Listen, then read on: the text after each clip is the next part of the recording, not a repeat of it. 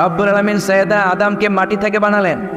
আদম আলাইহিস সালামের প্রথম স্তরের নাম ছিল তিনুল লাযিব, এঁটেল মাটি। তারপরে তিনি হলেন হামাইম মাসনুন, কাদামাটি। তারপরে তিনি হলেন সলসালিন কাল ফাখর, কাদামাটি। কাদামাটি থেকে হলেন পোড়ামাটি, ঠিক না?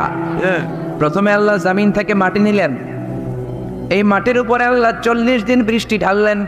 আকাশকে বললেন ইয়া সামাউ আমতিরি আলাইহি 40 ইয়াওমা।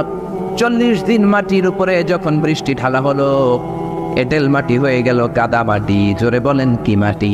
কাদামাটি। কাদামাটির যেমন খুশি তেমন বানানো যায়, ঠিক কিনা? আল্লাহ এবার সাইয়েদনা আদমের মূর্তি বানালেন 60 হাত লম্বা।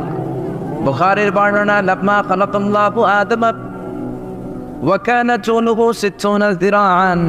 রব্বুল আলামিন যখন সাইয়েদনা আদমকে বানালেন 60 হাত লম্বা করে বানালেন।